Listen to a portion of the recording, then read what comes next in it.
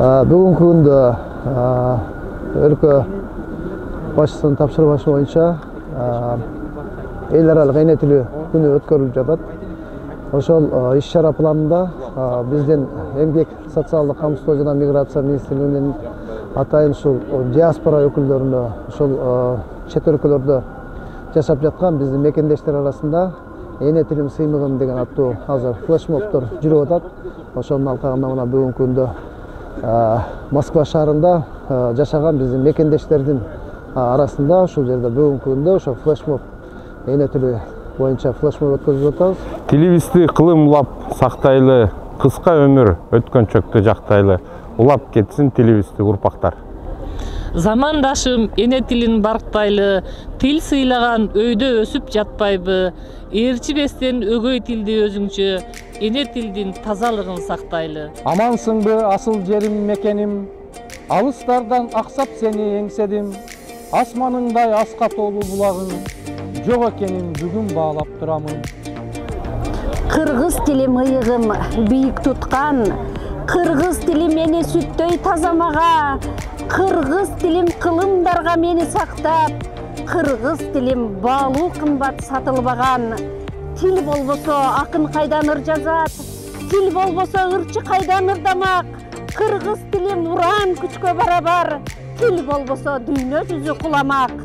Кел замандаш тилден бекем чеп куруп, урпактарга эне тилин сактайлы, келе жатат улуу журтум туу тутуп, кыргыз деген тилди бүгүн барктайлы, келе жатат кыргыз элим туу тутуп, кыргыз деген эне тилди барктайлы.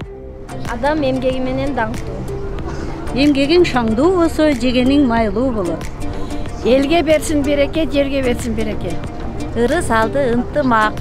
Эл эмгегин жер жебейт. Ак эмгектен керемет келечек жаралат. Эр жигит эл четинде, жоо бетинде. Азамат көркү эмгекте. Кызды үйдө кыл жатпайт, кызга 40 үйдөн тыюу. Иштебеген иштебейт. Кызы бардын назы бар. Максат менен соккон жүрөк, бакыт менен өмүр сүрөт. Жазганбаган кыздан түңүл, жазга окшогон кыштан түңүл. Макал атасы сөз, мата атасы бөз. Жакшы көргөн досунан мал аяган жигитпе, эл четине жоо келсе, жан аяган жигитпе. А бир тапса баласы атасына бактыт эт.